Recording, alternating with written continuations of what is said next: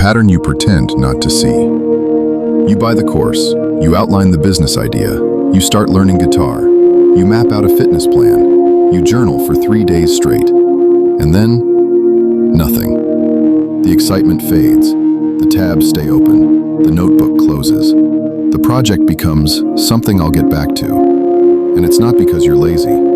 That's the painful part. You care, you're curious, you're capable. Sometimes you're even ahead of everyone else at the beginning. So why does this keep happening? Why do you start everything, but finish almost nothing? Today I want to offer you a different explanation. Not a motivational one, not a just try harder one, a psychological one. Because what you're dealing with isn't a productivity issue. It's an identity conflict pattern. And once you see it clearly, everything changes. Reframe. This isn't about discipline. Let's reframe something right away. If you consistently start projects with intensity but abandon them later, that's not random. It's patterned. Patterns come from psychology. There are usually 3 deeper forces at play. You have multiple strong identities competing inside you. Your brain is addicted to the beginning phase. Finishing forces a threat to your self-concept. Let's unpack this slowly. Because when you understand the mechanism, you stop shaming yourself. And when you stop shaming yourself, you regain control. Mechanism 1, the identity conflict pattern. Most people think identity is singular. I am a marketer. I am an artist. I am a fitness person. But you? You probably don't feel singular. You feel like the analytical thinker, the creative dreamer, the entrepreneur, the philosopher, the emotionally intense person, the high achiever, the one who wants freedom, the one who wants security. That's not confusion, that's complexity. But here's the problem. When you start a new project, you're activating one identity. When you abandon it, another identity takes over. Example, you start a YouTube channel. Your creative identity is in control. 2 weeks later, your perfectionist identity says, this isn't good enough. Then your freedom-seeking identity says, I don't want to be tied to this niche.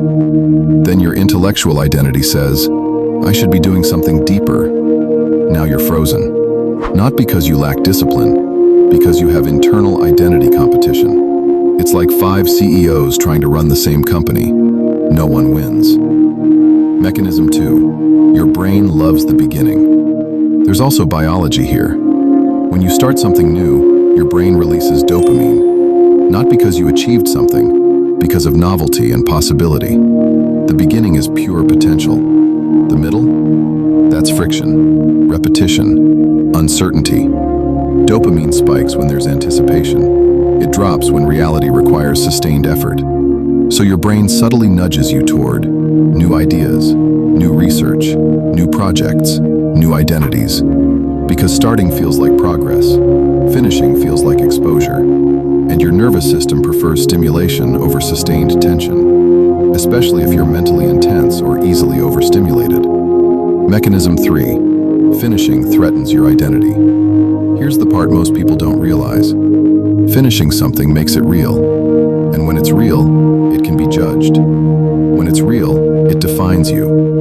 When it's real, you can't fantasize about how great it could have been. If you never finish the book, you can imagine it would have been brilliant. If you never launched the business, you can imagine it would have succeeded. But if you finish, now it's measurable. Now it's vulnerable. Now it's concrete. And that's terrifying to an identity that wants infinite potential. So you stay in the starting phase, because unfinished dreams feel safer than tested reality. The emotional layer. You're not scattered, you're intense. Let me speak directly to you here. If you relate to this pattern, you're probably not shallow. You're probably deep. You don't just want to do things. You want meaning. You want alignment. You want identity-level certainty. So when a project stops feeling aligned, your brain says, this isn't it, and you move on. But here's the catch. Alignment doesn't happen at the beginning. It happens through repetition. You don't discover identity, you build it. And that requires staying when the dopamine fades.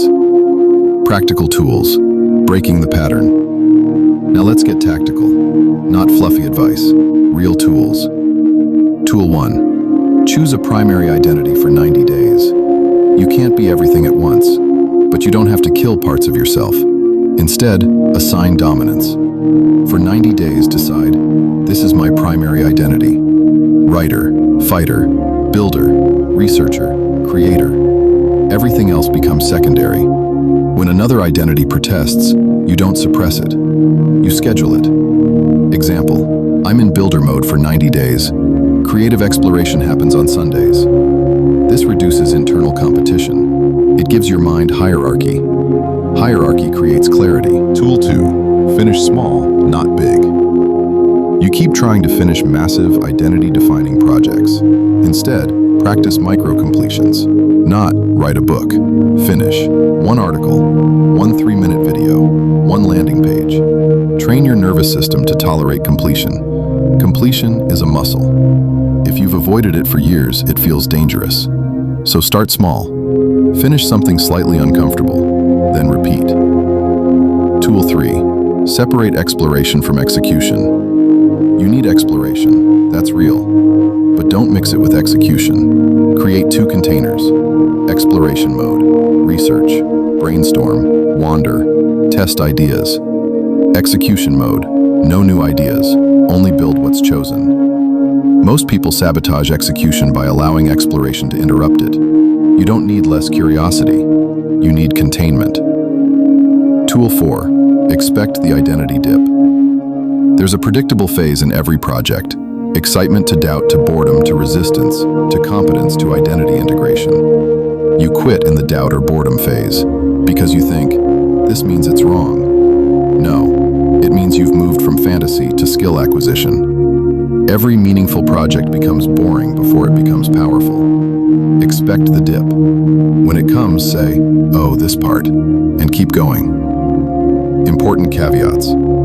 Let's be responsible here. If you have ADHD, this pattern can be amplified due to dopamine regulation differences. If you're highly sensitive, overstimulation can cause rapid disengagement. If you grew up in unstable environments, you may unconsciously avoid long-term commitments because consistency feels unsafe. This is not a moral flaw, it's nervous system wiring. And sometimes professional support helps untangle it.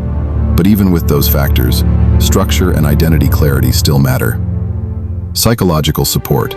You're not broken. Let's remove shame right now. You start things because you're imaginative. You abandon things because you're protective. You shift identities because you're complex.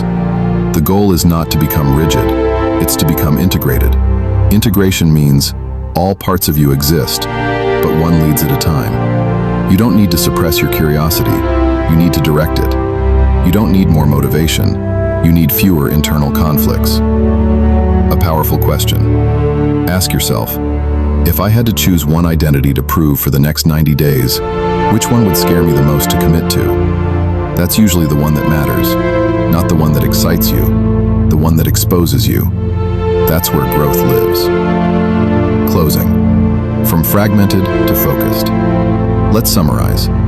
You don't finish because multiple identities compete inside you. Your brain is addicted to novelty. Completion threatens your imagined potential. The solution isn't discipline, it's structure, identity hierarchy, micro-completion, exploration containment, expecting the dip. You're not someone who can't finish. You're someone who hasn't learned how to stabilize identity under discomfort. That's learnable, that's trainable, and that changes everything. If this resonated, I created a free framework called the 90-Day Identity Integration Guide. You can download below. And if you want to go deeper into how emotionally intense minds operate, watch this next video. The psychology of people who feel too much too fast. You don't need to shrink your intensity, you need to organize it. And once you do, you won't just start things, you'll finish them. And finishing changes who you are.